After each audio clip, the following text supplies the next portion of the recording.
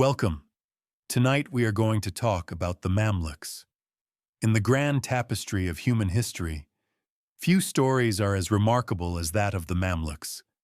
Theirs is a tale that defies simple categorization, a narrative that weaves together themes of bondage and freedom, loyalty and ambition, military prowess and cultural refinement. To understand the Mamluks is to glimpse a world where the hierarchies we take for granted were turned on their head, where enslaved boys could become the most powerful men in one of the world's great civilizations, and where a system born of subjugation created a ruling class that would shape the Middle East for centuries. The word Mamluk itself comes from the Arabic term meaning owned or possessed. These were slave soldiers, purchased as boys from the steppes and mountains beyond the borders of the Islamic world, trained in the arts of war, and transformed into an elite military caste. Yet to call them simply slave soldiers is to miss the profound complexity of their position. The Mamluks were simultaneously slaves and masters, bound by their origins yet elevated to positions of extraordinary power and prestige. Their story begins not with a single moment or founding figure, but with a system that emerged gradually across the Islamic world in response to specific military and political needs. As we settle in tonight to explore this history, we will follow the Mamluks from their humble origins to their ultimate triumph as the rulers of Egypt and Syria, through their greatest victories and their final decline. It is a story spanning more than 5 centuries, encompassing some of the most dramatic events of the medieval world. Let us begin, as all great stories must, at the beginning. The origins of the Mamluk system. To understand how the Mamluk system came into being, we must first step back into the 9th century, into the heart of the Abbasid Caliphate. The great Islamic empire, which had once stretched from Spain to India, was entering a period of transformation. The caliphs in Baghdad, though still holding theoretical supremacy over the Muslim world, were finding it increasingly difficult to maintain control over their vast territories. One of the persistent challenges facing Islamic rulers was the question of military power. Who could they trust to defend the realm? Local Arab tribesmen had their own loyalties and could not always be relied upon. Native populations might harbor regional ambitions. Even family members could prove dangerously ambitious, as countless palace coups and civil wars had demonstrated. The solution that gradually emerged was both ingenious and, to modern sensibilities, deeply troubling. If local populations could not be fully trusted, why not create a military force with no local connections, no tribal loyalties, no family ties to the region they defended? Why not, in essence, create an army of outsiders who would owe everything to their master? This is how the practice of importing and training slave soldiers began. The early Islamic rulers looked beyond their borders to the unconquered lands of the Turks, the Circassians, and other peoples of the Eurasian steppes. These were regions renowned for producing hardy warriors, peoples raised in the saddle and trained from childhood in the skills of mounted warfare. Young boys, typically between the ages of 10 and 12, were purchased or captured and brought to the great cities of the Islamic world. The journey these boys made was transformative in every sense. They were taken from their homelands, often never to return. They were separated from their families, their languages, their cultures. In a very real sense, they were being remade, converted to Islam, taught Arabic, trained in military skills, and indoctrinated with a fierce loyalty to their master and to Islam. The training of a Mamluk was comprehensive and demanding. It lasted for years and covered not just martial skills, but also Islamic law, Arabic literature, and the arts of administration. The young Mamluks learned horsemanship and archery, of course, but they also studied the Quran and the Hadith. They were taught to read and write, to understand the principles of governance. The best of them would become not just soldiers, but commanders, administrators, and eventually rulers. What made this system particularly effective was the bond it created.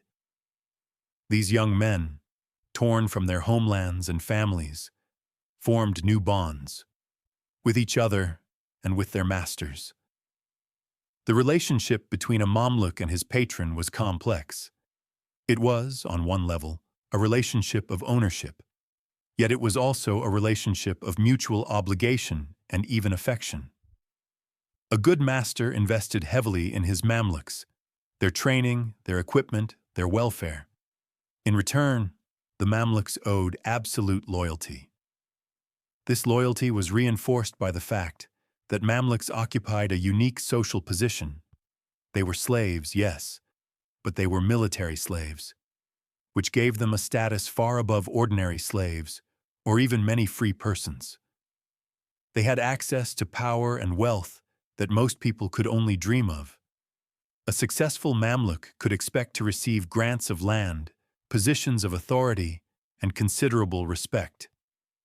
By the 10th and 11th centuries, this system had become well established across much of the Islamic world. Mamluk soldiers served in the armies of the Abbasid caliphs, of regional governors and princes, and of the various dynasties that carved out kingdoms from the fragmenting caliphate. They proved themselves time and again as formidable warriors, their discipline and training making them superior to less organized forces. But it was in Egypt, in the middle years of the 13th century, that the Mamluk system would reach its ultimate expression. Here, the Mamluks would not merely serve power, they would seize it for themselves. The Ayyubid prelude. To understand how the Mamluks came to power in Egypt, we must first speak of the Ayyubids, the dynasty founded by perhaps the most famous Muslim leader of the medieval period, Saladin. Salah ad-Din Yusuf ibn Ayyub, known to history as Saladin, had established his dynasty in Egypt in 1171, replacing the Fatimid Caliphate that had ruled there for 2 centuries. Saladin is remembered for many things: his conquest of Jerusalem from the Crusaders in 1187, his reputation for chivalry and honor, his unification of Muslim Syria and Egypt. But for our story tonight, what matters most is his recognition of the value of Mamluk soldiers. Saladin and his successors, the Ayyubid sultans, acquired large numbers of Mamluks to serve in their armies. These were primarily Kipchak Turks from the steppes north of the Black Sea, though they also included Circassians from the Caucasus and others. The Mamluks formed the core of the Ayyubid military establishment, their discipline and skill giving the dynasty its military edge. The Ayyubids treated their Mamluks well. They were given good equipment, regular pay, and opportunities for advancement.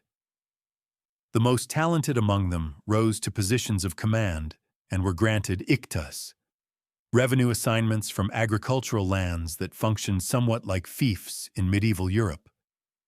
These iktas provided the Mamluks with income and status, making them a military aristocracy. But the Ayyubid dynasty, like so many before it, carried within itself the seeds of its own decline. The problem was one of succession. Saladin's empire was divided among his sons and other family members after his death in 1193, and the unity he had forged began to fracture. Different branches of the family ruled in Egypt, Damascus, Aleppo, and other cities, sometimes cooperating but often competing or even warring with each other. By the 1240s, the Ayyubid hold on Egypt was particularly shaky. The Sultan in Cairo, As-Salih Ayyub, found himself in a precarious position. He faced threats from rival Ayyubid princes in Syria, from the remaining Crusader states along the coast, and from his own ambitious relatives. In this dangerous environment, he turned to the one force he felt he could trust: his Mamluks. As Salih Ayyub purchased Mamluks in unprecedented numbers, he built barracks for them on the island of Rauda in the Nile River, and these Mamluks became known as the Bahri Mamluks, the river Mamluks, from the Arabic word for sea or large river.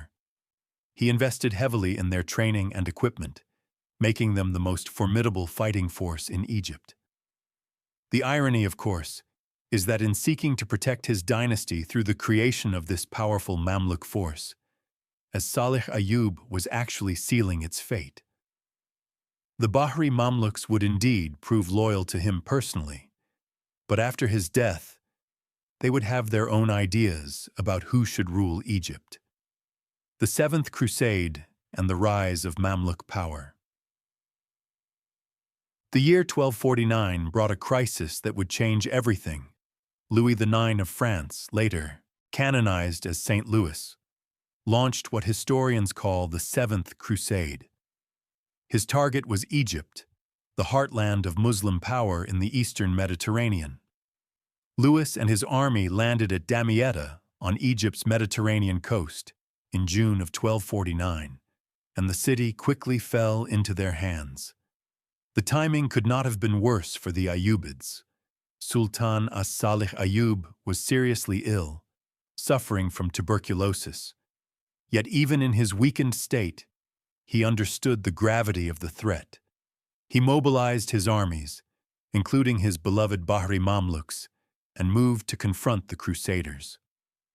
The fate of Egypt hung in the balance.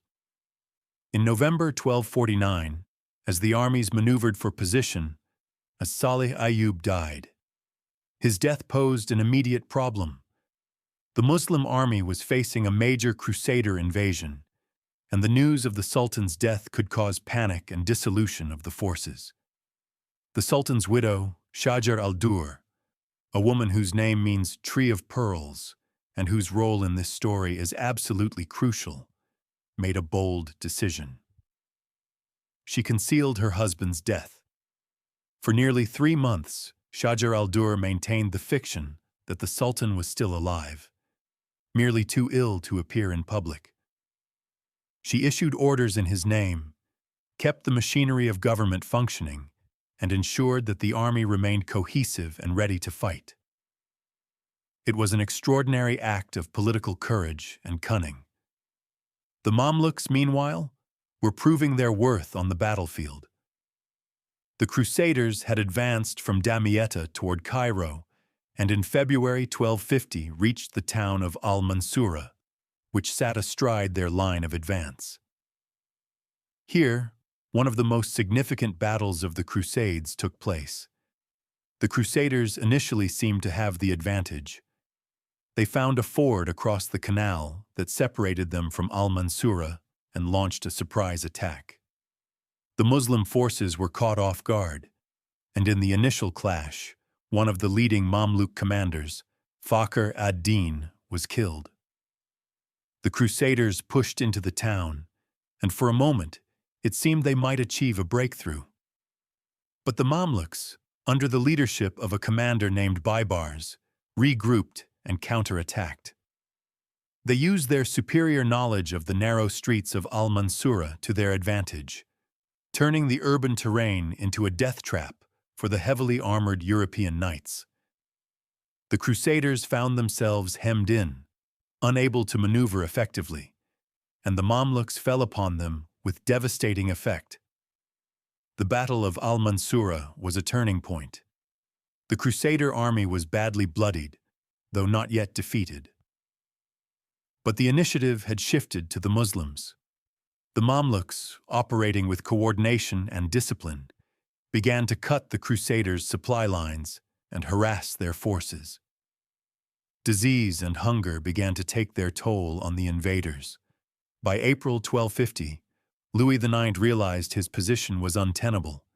He attempted to retreat toward Damietta, but the Mamluks pursued him relentlessly.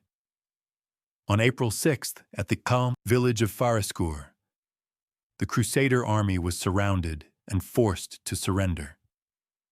Louis himself was captured, an unprecedented humiliation for a Christian monarch. He would eventually be ransomed for an enormous sum and the return of Damietta.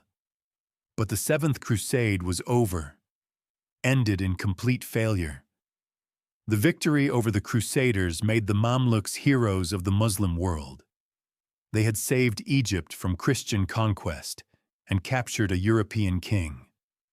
Their prestige and confidence soared, and they were about to make a move that would reshape the political landscape of the Middle East. The Mamluk seizure of power. With Salih Ayyub dead and the Crusader threat ended, Egypt needed a new ruler. The late Sultan's son, Turan Shah, was summoned from Mesopotamia to take the throne.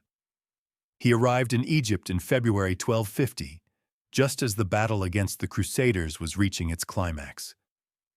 Turan Shah's reign was brief and disastrous.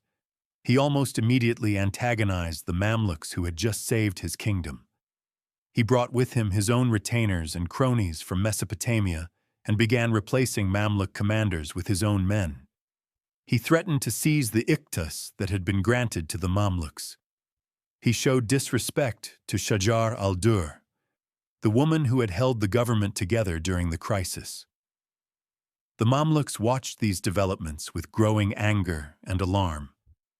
They had fought and bled for Egypt. They had defeated the Crusaders. And now this Ayyubid prince, who had contributed nothing to the victory, was going to dispossess them and diminish their power. On May 2nd, 1250, just a few weeks after King Louis's capture, a group of Mamluk leaders acted. They burst into the Sultan's pavilion during a feast and attacked Turan Shah. He tried to flee, plunging into the Nile, but the Mamluks pursued him. He was struck down in the water, the last Ayyubid Sultan of Egypt, killed by the very men who were supposed to serve him. What happened next was unprecedented in Islamic history. The Mamluks decided that since they had the power, they should also have the throne. But who should rule? After some deliberation, they made another unprecedented choice. They elevated Shajar al-Dur to the sultanate. Shajar al-Dur became Sultana of Egypt, a woman ruler in a world where such things were almost unheard of. Coins were minted in her name. Her name was recited in the Friday prayers. For a brief moment, Egypt was ruled by a woman, but this could not last. The arrangement outraged both the Abbasid Caliph in Baghdad and public opinion more broadly. The Caliph is said to have sent a message: "If you have no men capable of ruling, we will send you one." The pressure mounted, and after just 80 days, Shajar al-Dur stepped down from the throne. The solution the Mamluks devised was ingenious. Shajar al-Dur married Aybak, one of the leading Mamluk commanders, and he was proclaimed Sultan. Technically, he ruled.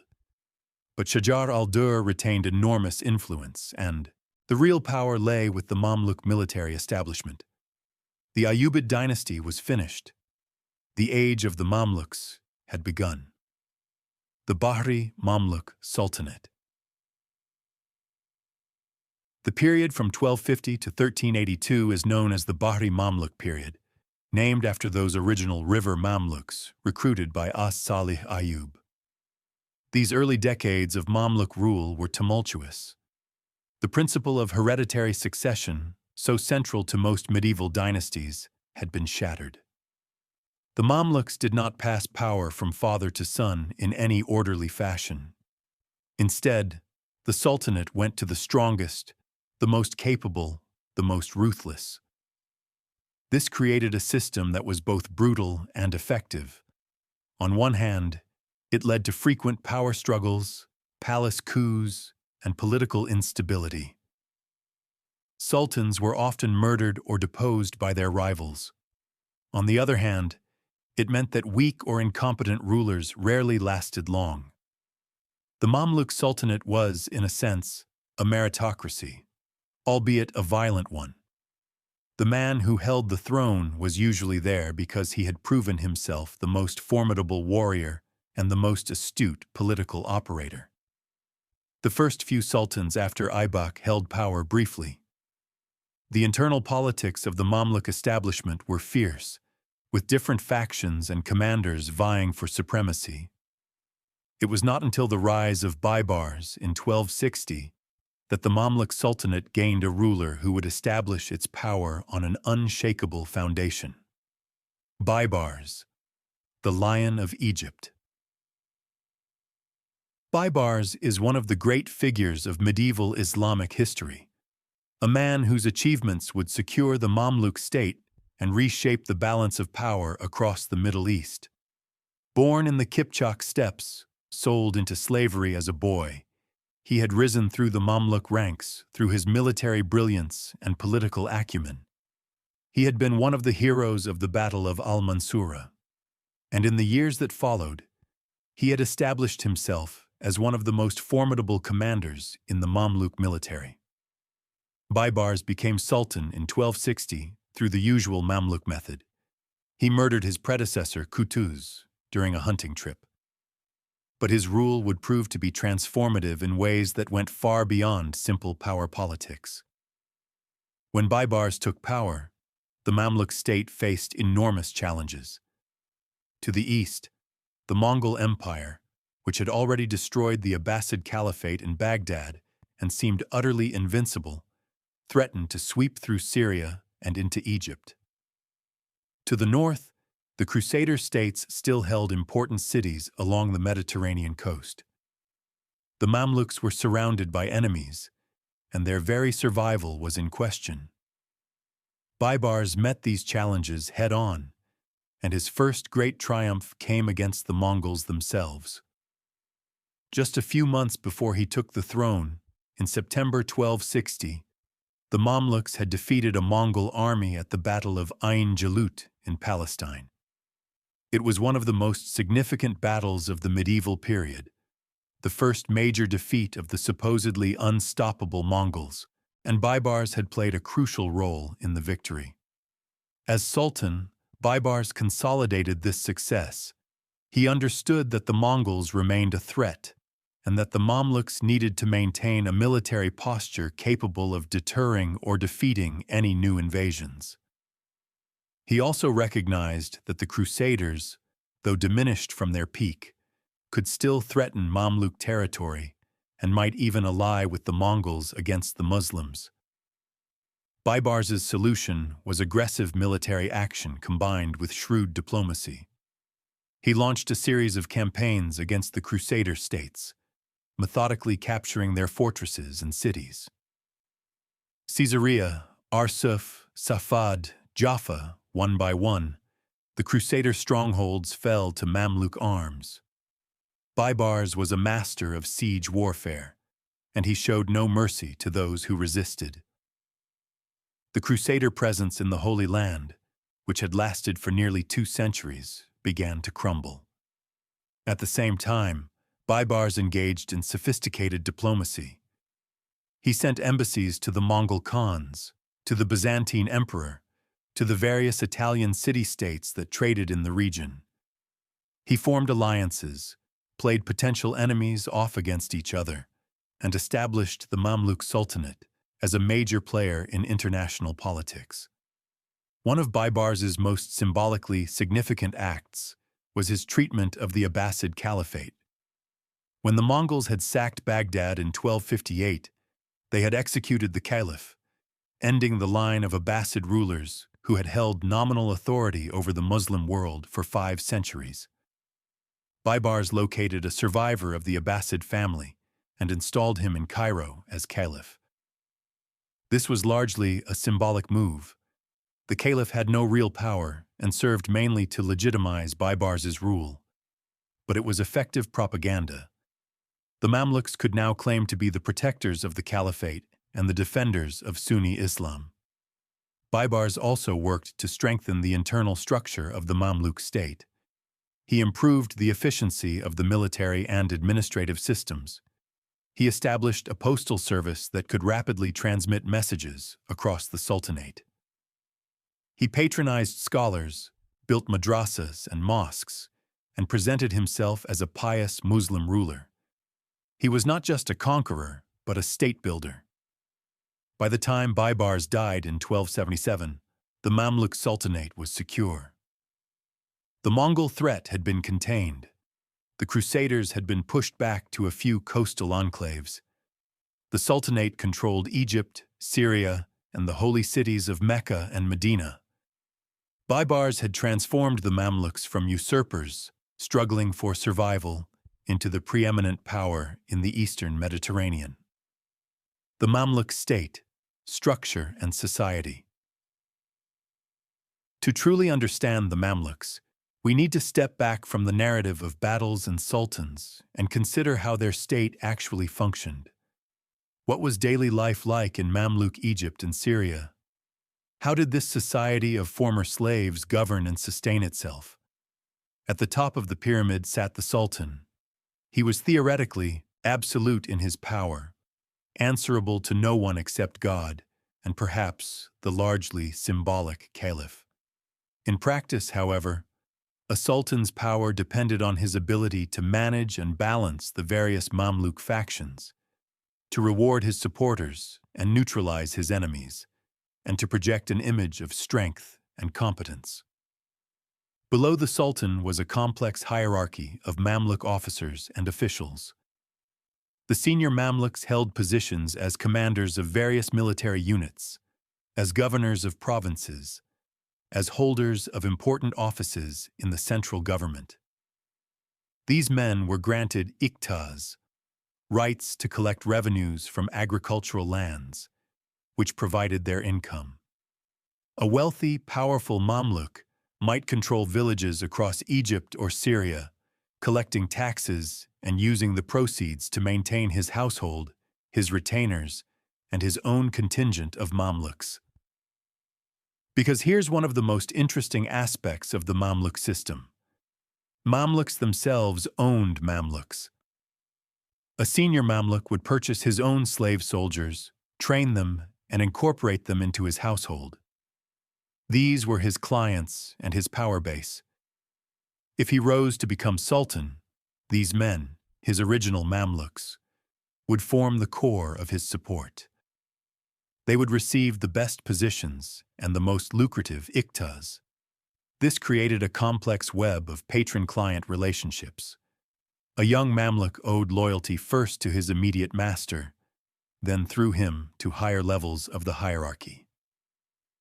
These bonds of loyalty were reinforced by a sense of solidarity among Mamluks who had trained together. They called each other kushdash, a term that might be translated as comrade or fellow trainee, and these bonds of comradeship were often stronger than blood ties. The sons of Mamluks occupied an ambiguous position in this system. They were free-born Muslims, not slaves, and thus they were technically not Mamluks themselves. They were called Awlad al-Nas, sons of the people, and while they could hold positions in the military and administration, they were generally not trusted or honored in the same way as true Mamluks. The prejudice was clear. Only those who had experienced slavery and military training could be true members of the Mamluk elite. This meant that each generation of Mamluks had to be imported anew from the slave markets. Below the Mamluks in the social hierarchy came the rest of society, the native Egyptian and Syrian population. This included everyone from wealthy merchants and religious scholars to artisans, peasants, and urban workers. The relationship between the Mamluk ruling class and the native population was complex. On one hand, there was a clear ethnic and cultural division. The Mamluks, at least in the early generations, spoke Turkish or Circassian among themselves, maintained distinct customs, and saw themselves as a warrior elite set apart from the subject population. On the other hand, the Mamluks depended on the native population for everything. The peasants grew the crops that fed the cities and provided tax revenue. The merchants and artisans created the wealth that made Egypt prosperous. The religious scholars provided legitimacy and ran the legal system. The Mamluks could not function without the administrative and economic infrastructure maintained by the native population. Over time, this led to a degree of cultural integration. Mamluks learned Arabic, married into native families, though they also maintained the practice of marrying women from their homelands, and adopted many aspects of Arab Islamic culture. Yet they always maintained their distinct identity as Mamluks, as warriors who had been shaped by a unique process of training and indoctrination. The Mamluk state was in many ways a military state. Its primary purpose was to maintain the army, which was not just a tool of conquest, but the very foundation of the state's existence. The agricultural revenues of Egypt and Syria were channeled into maintaining the Mamluk military establishment. Mamluks received regular stipends, grain allowances, and equipment. They lived in Cairo and Damascus and other major cities, in special quarters where they could train and maintain their combat readiness. Yet the Mamluk sultans were more than just military leaders. They were also patrons of culture and architecture. They commissioned magnificent mosques, madrasas, and public buildings. They supported scholars and poets. They maintained the infrastructure, the roads, the irrigation systems, the markets that kept society functioning. A successful sultan had to be not just a warrior, but also an administrator, a diplomat, and a patron. The defeat of the Mongols. While Baibars had secured the Mamluk state and contained the Mongol threat, the story of the Mamluks' conflict with the Mongols did not end with him. The Mongols remained a powerful presence in Persia and Iraq, and periodically they would launch invasions of Syria, seeking to expand their dominions into Mamluk territory. The most serious of these threats came in 1299-1303, when the Mongol Ilkhan Kazan launched a series of campaigns into Syria. Kazan was a formidable leader who had converted to Islam, and he commanded forces that included not just Mongol cavalry, but also troops from various subject peoples of his realm. In December 1299, his army defeated the Mamluks in a major battle near Homs, and he briefly occupied Damascus. But the Mamluks, now under Sultan Al-Nasir Muhammad, who would rule with interruptions from 1293 to 1341, refused to concede defeat. They understood that the Mongols, for all their fearsome reputation, had a weakness. They could not sustain long campaigns far from their home bases. The Mongol army needed vast pasture lands for their horses, and the settled agricultural regions of Syria could not support their numbers for extended periods. The Mamluks adopted a strategy of strategic patience. When the Mongols invaded, the Mamluks would initially retreat, ceding territory but preserving their army. They would harass Mongol supply lines and wait for logistics to take their toll. Then, when the Mongols began to withdraw, the Mamluks would counterattack. This strategy worked. In 1303, the Mamluks defeated a Mongol army at the Battle of Marj al-Safar near Damascus. It was a decisive victory, and the Mongols never again seriously threatened Mamluk territory. The Mamluks had proven that the Mongols were not invincible, and in doing so they had established themselves as the defenders of the Islamic world against the most fearsome military machine of the age. The significance of these victories cannot be overstated. The Mongols had conquered China, destroyed the Khwarezmian Empire, devastated Russia and Eastern Europe, and overthrown the Abbasid Caliphate. They seemed unstoppable, but the Mamluks stopped them. In doing so, they saved not just their own state, but also the broader cultural and religious traditions of the Middle East from Mongol domination. The final crusade. While fighting the Mongols, the Mamluks also completed the work that Baibars had begun, the complete elimination of the Crusader presence in the Levant. The Crusader states, already reduced to a narrow coastal strip, could not withstand the sustained pressure of Mamluk military might. In 1289, Sultan Qalawun captured Tripoli after a fierce siege. The city, which had been in Crusader hands for nearly 2 centuries, was destroyed, its population killed or enslaved. The Mamluks showed no mercy to those they considered invaders of Muslim lands.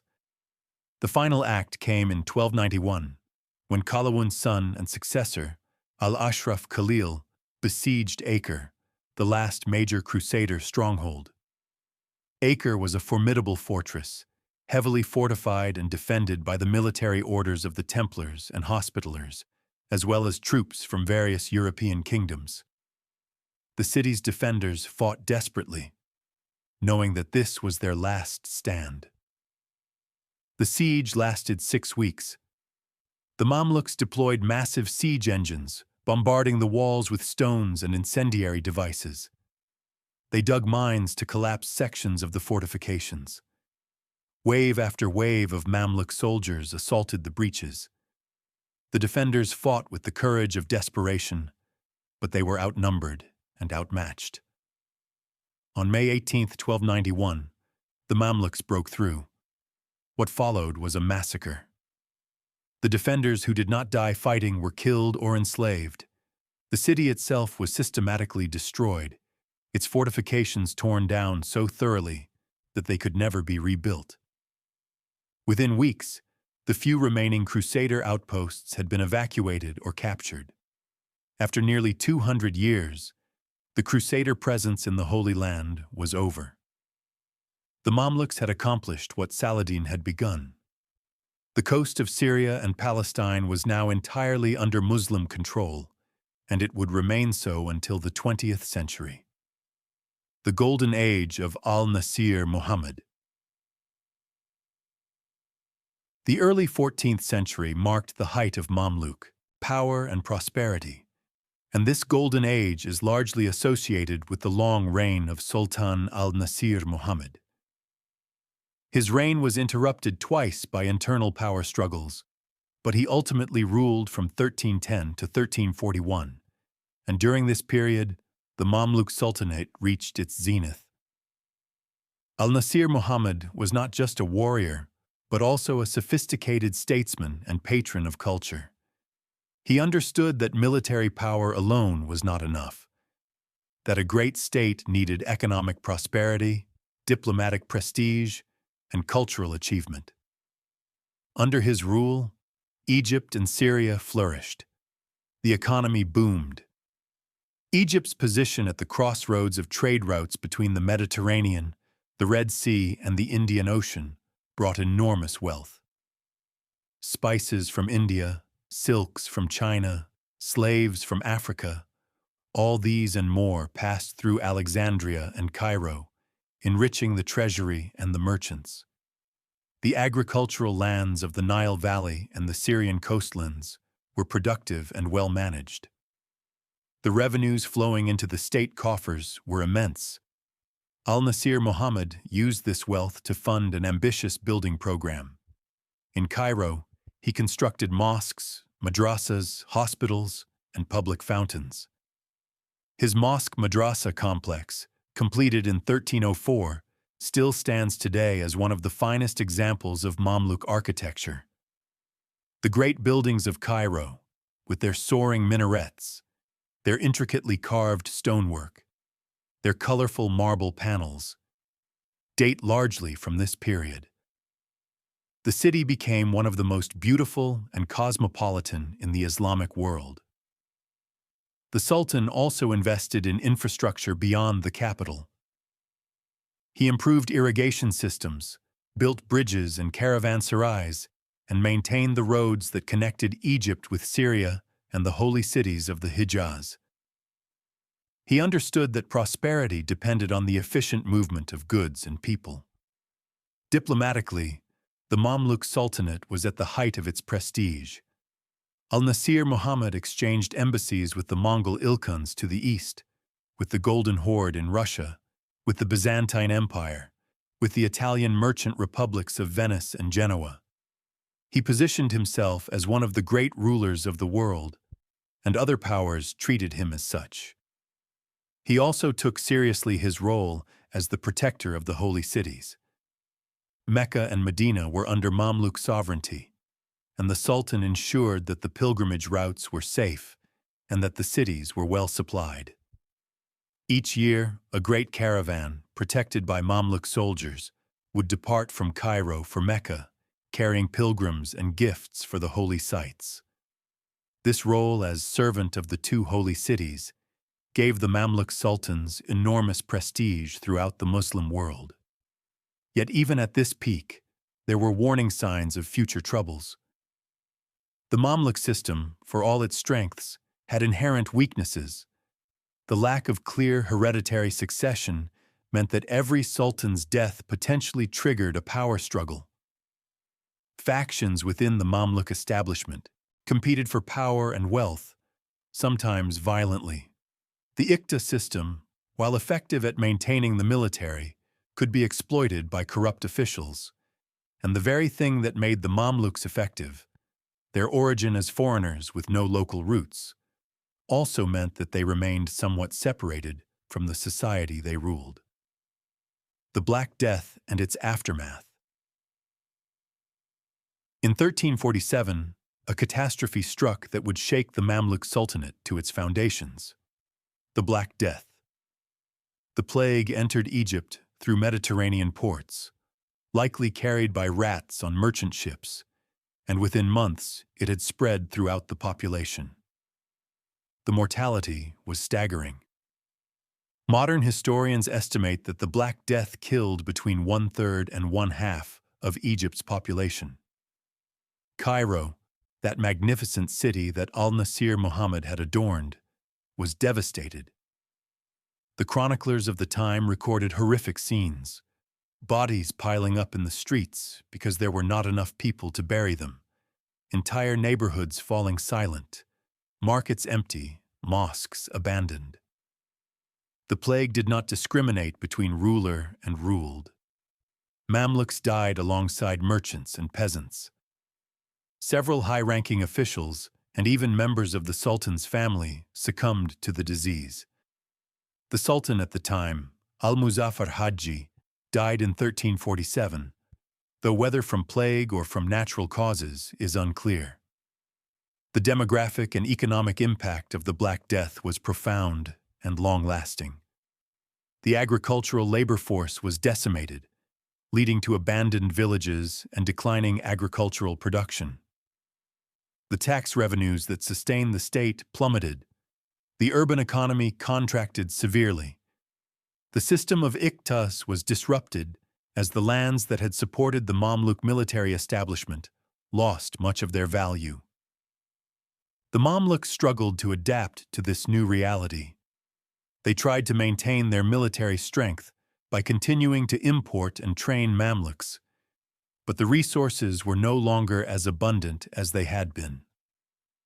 The Sultanate became more extractive, imposing heavier taxes on the diminished population, which created resentment and sometimes sparked unrest. The plague also returned repeatedly. Throughout the late 14th and 15th centuries, Egypt experienced multiple outbreaks, each one killing thousands and preventing the population from recovering to its pre-plague levels. The Mamluk Sultanate never fully regained the prosperity it had enjoyed under Al-Nasir Muhammad. The Burji Mamluks. In 1382, the Bahri Mamluk period came to an end with the seizure of power by Barq, the first sultan of what historians call the Burji Mamluk period. The name Burji comes from the Arabic word for tower. These Mamluks had been barracked in towers of the Cairo citadel, distinguishing them from the earlier Bahri Mamluks. The Burji Mamluks were primarily Circassians from the Caucasus, rather than the Kipchak Turks who had dominated the Bahri period. This shift reflected changes in the Itzititi slave trade routes and the availability of recruits from different regions. But in most other respects, the system remained the same. foreign slave soldiers trained in Egypt, owing loyalty to their masters, competing for power and advancement. The Burji period was marked by even greater political instability than the Bahri era had been. Sultans came and went with bewildering rapidity. Some reigned for just a few months before being deposed or murdered. Power struggles were constant and often violent. The bonds of loyalty that had held the Bahri Mamluks together seemed weaker among the Burjis. Yet despite this political turbulence, the Burji period also saw moments of achievement and continued cultural production. Some sultans proved to be effective rulers, at least for a time. Barkuk himself, who ruled until 1399, managed to restore some stability and even to expand Mamluk influence. His son, Faraj, had a much more difficult reign, facing threats from Tamerlane, the Central Asian conqueror who briefly invaded Syria in 1400–1401. The encounter with Tamerlane was devastating. His army swept through Syria, captured Damascus, and carried out a massacre that shocked the Islamic world. The Mamluks were unable to prevent this catastrophe, exposing their military limitations. Tamerlane did not proceed into Egypt. He had other conquests in mind. But the psychological impact of his invasion was profound. The Mamluks were no longer invincible. Architecture and culture under the Mamluks. Throughout their rule, despite political instability, wars, and plagues, the Mamluks were magnificent patrons of architecture and the arts. They left behind a legacy of beautiful buildings that still grace Cairo, Damascus, and Jerusalem. Mamluk architecture is distinctive and immediately recognizable. The mosques, madrasas, and mausoleums built by Mamluk sultans and emirs combined functional design with aesthetic sophistication. They featured high-pointed arches, elaborate geometric patterns in stone and colored marble, and towering minarets that became more slender and elegant over time. The interiors of these buildings were adorned with intricate decorations. Carved and painted wooden ceilings, marble mosaics in complex patterns, elaborate stucco work, colored glass windows. Every surface was treated as an opportunity for artistic expression. The Mamluks particularly favored geometric and floral designs, creating abstract patterns that had both decorative and symbolic significance. One of the most remarkable features of Mamluk architecture is the use of stone domes. Mamluk architects became masters of stone carving, creating domes with intricate geometric patterns that covered mausoleums and prayer halls. The Sultan's mausoleum complex would typically include a mosque, a madrasa for teaching Islamic law, and the tomb itself, all integrated into a single architectural composition. These buildings were not just expressions of piety or vanity. They were also investments in the community and demonstrations of the Sultan's power and generosity. A mosque provided a place for prayer and community gathering. A madrasa educated students in Islamic law and theology. Many complexes included hospitals, public fountains, and facilities for travelers. By building these institutions, the Mamluks were fulfilling their obligation to support the faith and serve the people. Beyond architecture, the Mamluks patronized other arts as well. Manuscript illumination flourished, producing beautifully decorated copies of the Quran and other texts. Metalwork, particularly brass inlaid with silver and gold, reached high levels of craftsmanship, with ewers, candlesticks, and other objects featuring elaborate decorations and calligraphic inscriptions. Textile production, especially of silk fabrics and carpets, was a major industry. Glass production, particularly enameled glass lamps used in mosques, was another area of excellence. The Mamluks also supported scholarship. Cairo became a major center of Islamic learning, attracting scholars from across the Muslim world. The great historian Ibn Khaldun spent years at the Mamluk court. Numerous scholars of Islamic law, hadith studies, and theology taught in Cairo's madrasas. The Mamluks might have been foreign military slaves by origin, but they understood the importance of supporting the intellectual and religious life of the society they ruled. The Portuguese threat and changing trade routes. In the late 15th century, a new threat emerged from an unexpected direction: the Atlantic. Portuguese explorers, seeking a sea route to India that would bypass Muslim-controlled territories, began sailing down the African coast.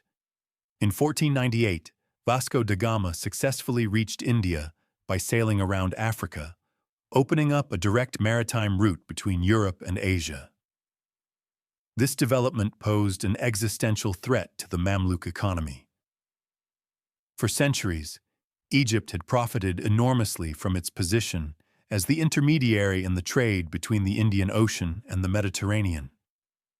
Spices, textiles, and other luxury goods from Asia would arrive at Red Sea ports, be transported overland to Alexandria or other Mediterranean ports, and then be sold to European merchants. The Mamluks taxed this trade at every step, and the revenues were crucial to maintaining their state. Now, with the Portuguese route around Africa, European merchants could trade directly with India, cutting out the Middle Eastern middlemen entirely. The Portuguese were also aggressive, attacking Muslim ships and ports, disrupting traditional trade patterns, and seeking to establish a monopoly on the spice trade. The Mamluks attempted to respond to this challenge. They built a fleet in the Red Sea and sent expeditions to fight the Portuguese in the Indian Ocean. There were some successes. Mamluk-supported forces defeated a Portuguese fleet off Chaul, India, in 1508. But fundamentally, the Mamluks were a land power, not a naval one.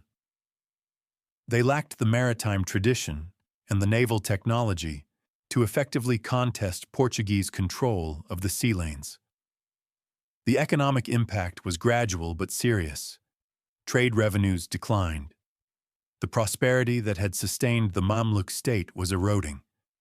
At precisely the moment when they needed strength and resources to meet this new challenge, the Mamluks found themselves weakening. The rise of the Ottomans. While the Portuguese were threatening Mamluk economic interests, an even more serious danger was emerging from the north: the Ottoman Empire. The Ottomans had begun as a small Turkish principality in Anatolia, but had grown into a formidable power. In 1453, they had conquered Constantinople, ending the Byzantine Empire and establishing themselves as masters of the Eastern Mediterranean. The Ottomans and the Mamluks had coexisted as rivals for decades, with occasional border conflicts, but no decisive confrontation. Both were Sunni Muslim states, which complicated matters. Open warfare between them would have been seen as Muslims fighting Muslims, which required careful justification. The relationship deteriorated in the early 16th century. The Ottomans were expanding, consolidating their control over Anatolia and pushing into Kurdistan and eastern Anatolia. The Mamluks supported Ottoman enemies, including Shah Ismail of Persia and various Anatolian tribes. The Ottomans, in turn, accused the Mamluks of not doing enough to fight the Portuguese or to protect Muslim interests. The final crisis came in 1516. Sultan Selim the Mapurmer, known as the Grim for his ruthless disposition, launched an invasion of Mamluk territory.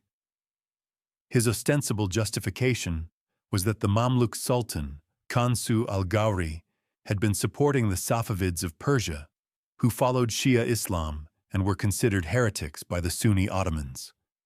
In August 1516, the two armies met at Marj Dabik, north of Aleppo. The Mamluks were at a significant disadvantage. The Ottomans had firearms, muskets, and artillery, which were still relatively new military technologies but devastatingly effective. The Mamluks, relying on their traditional tactics of mounted archery and cavalry charges, were equipped primarily with bows and swords. The technological gap was decisive. Ottoman firepower tore through Mamluk cavalry charges. Sultan Kansu al-Ghauri died on the battlefield, either killed by Ottoman fire or suffering a stroke in the heat of battle. The Mamluk army broke and fled. Syria fell to the Ottomans within weeks. The Mamluks were not finished yet. A new sultan, Tumen Bey, was proclaimed in Cairo, and he organized the defense of Egypt. For months he fought a guerrilla campaign against the Ottomans, using his knowledge of the terrain and employing hit-and-run tactics. He understood that he could not defeat the Ottomans in open battle, so he tried to make the conquest of Egypt so costly that they would give up. But Selim was determined. In January 1517, Ottoman forces attacked Cairo. Despite fierce resistance, the city fell. Tumen Bey continued to resist, fighting from the countryside, but he was eventually betrayed and captured. On April 15, 1517, Tumen Bey was hanged at the Zuwaila Gate in Cairo, one of the great gates of the old city. With his death, the Mamluk Sultanate came to an end. Egypt and Syria became provinces of the Ottoman Empire. After nearly 3 centuries, the age of Mamluk rule was over. The Mamluk legacy. Yet even in defeat, the story of the Mamluks was not quite finished. The Ottomans, pragmatic rulers, recognized that the Mamluks were too powerful and too entrenched to simply eliminate. Instead, they co-opted them. The Ottoman governors of Egypt found it expedient to work with the Mamluk grandees, who retained control of much of the countryside and the Iqta system. Over time, a new Mamluk class emerged, men who were technically Ottoman subjects, but who functioned very much like the Mamluks of old. They continued to import and train slave soldiers from the Caucasus. They accumulated wealth and power. They competed with each other for dominance. By the 18th century, these neo-Mamluks had become so powerful that they were effectively autonomous, paying only nominal tribute to Istanbul. A series of Mamluk beys ruled Egypt as virtual independent princes, engaging in their own diplomacy and warfare. The Ottoman Empire was too weak to reassert direct control. This situation lasted until 1811, when Muhammad Ali, the Ottoman-appointed viceroy of Egypt, decided to permanently eliminate the Mamluks as a political force. He invited the Mamluk leaders to a feast in the Cairo citadel, and once they were inside, his forces massacred them. It was a brutal end, but it was effective. The Mamluk system, which had survived in one form or another for more than 5 centuries, was finally extinguished. The physical legacy of the Mamluks remains visible today in the magnificent buildings they left behind. Walk through the streets of Islamic Cairo, and you are walking through a Mamluk city. The mosques of Sultan Hassan, of Qalawun, of Bark, the madrasas and mausoleums. These buildings still stand, testaments to the artistic and architectural achievements of the Mamluk era. The military legacy of the Mamluks is equally significant. They perfected a system of military organization and training that, for centuries, produced some of the finest cavalry in the world. Their victories over the Mongols and the Crusaders shaped the history of the Middle East. They preserved Sunni Islam and Arab Islamic culture at a moment when these seemed threatened with extinction. But perhaps the most intriguing aspect of the Mamluk legacy is what their story tells us about power, identity, and social organization. The Mamluks created a system in which slavery was a path to power, in which foreigners became rulers, in which status came not from birth, but from training and achievement. It was a system that violated many of our assumptions about how societies work, and yet it lasted for centuries and produced effective governance, military success, and cultural flowering.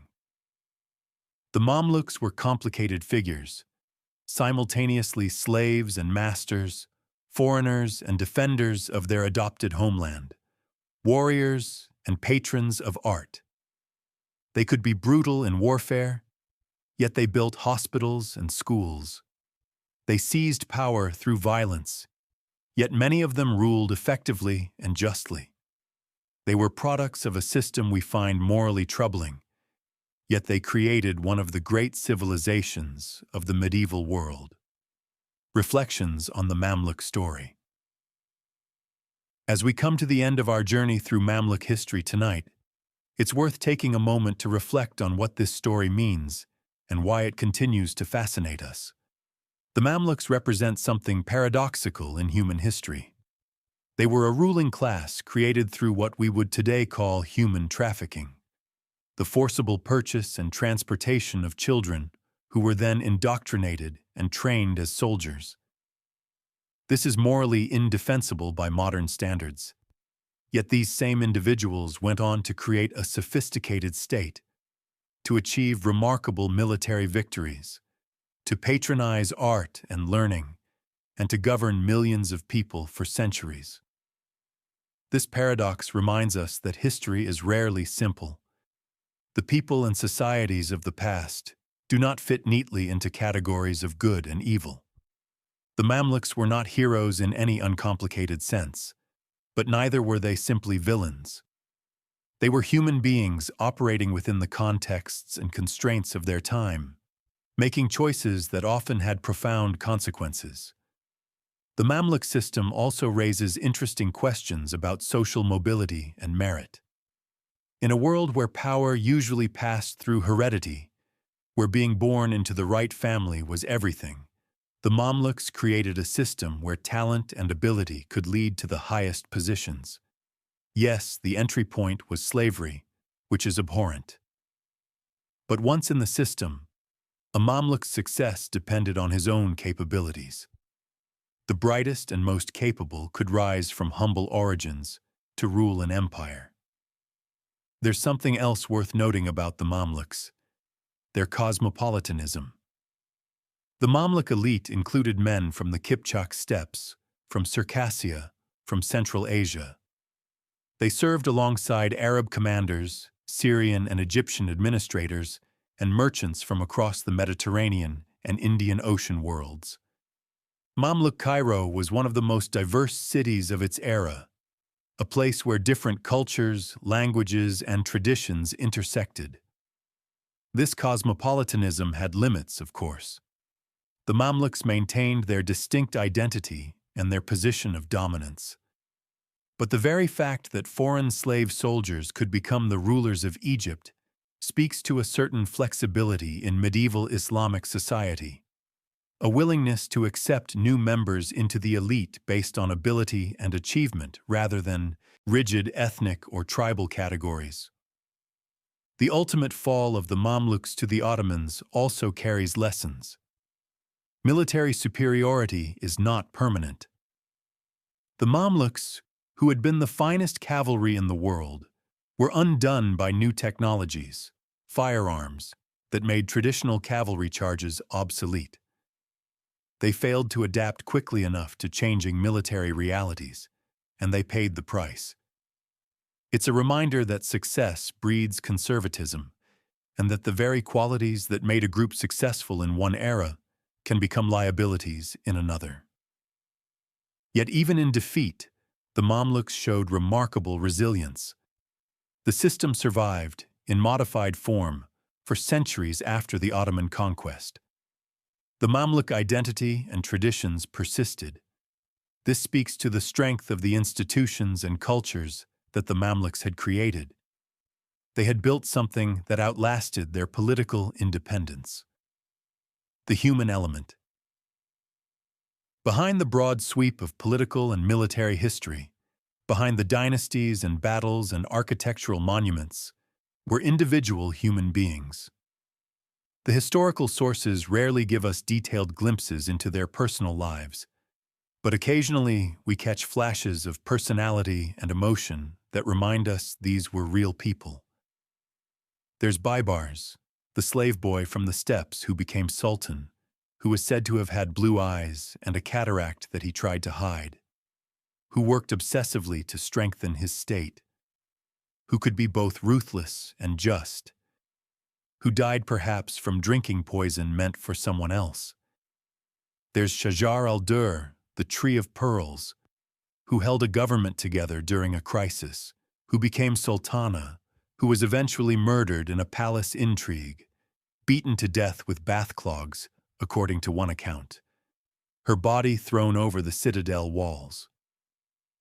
There are the countless Mamluks whose names are lost to history, the boys torn from their families, the young soldiers training in the barracks, the veterans who survived battles and rose through the ranks, the old warriors who retired with their iktas and their memories. The chronicles give us glimpses of their concerns and their lives. We read of Mamluks competing in polo games and archery contests. We hear of their weddings and their funerals. We learn of their patronage of particular mosques or madrasas. We see them as products of their system, but also as individuals making choices, experiencing joys and sorrows, forming friendships and rivalries. This human element is important to remember. It's easy to speak of the Mamluks as an undifferentiated mass, as a political or military force. But the Mamluk Sultanate was made up of thousands of individuals, each with their own story, their own personality, their own hopes and fears. They were not so different from us, despite the centuries and cultural differences that separate us. They too wanted security, respect, perhaps love. They too feared death and loss. They too hoped to leave something behind them, some mark of their existence. The Mamluks in memory and imagination. The Mamluks have lived on in memory and imagination long after their state disappeared. In Egypt and the broader Arab world, they are remembered with a mixture of admiration and ambivalence. They are admired for their military prowess, for their defeat of the Mongols, for the beautiful buildings they left behind. But they are also seen as foreign rulers, as a military caste that exploited the native population, as representatives of an era of division and conflict. In the West, the Mamluks have often been viewed through the lens of the Crusades. They appear in historical accounts as the enemies of the Crusaders, the conquerors of the last Christian strongholds in the Holy Land. 19th and early 20th century European historians often portrayed them as exotic and somewhat barbaric warriors, an Orientalist view that emphasized their foreign origins and their violence while downplaying their achievements. More recent scholarship has taken a more balanced view, recognizing the Mamluks as sophisticated rulers who presided over a complex and often successful state. Historians have explored the intricacies of the Mamluk political system, the richness of Mamluk culture and art, and the important role the Mamluks played in shaping medieval Middle Eastern history. The Mamluks have also appeared in fiction and popular culture, though less prominently than some other medieval societies. When they do appear, it's often in connection with the Crusades or the Mongol invasions, dramatic moments that lend themselves to storytelling.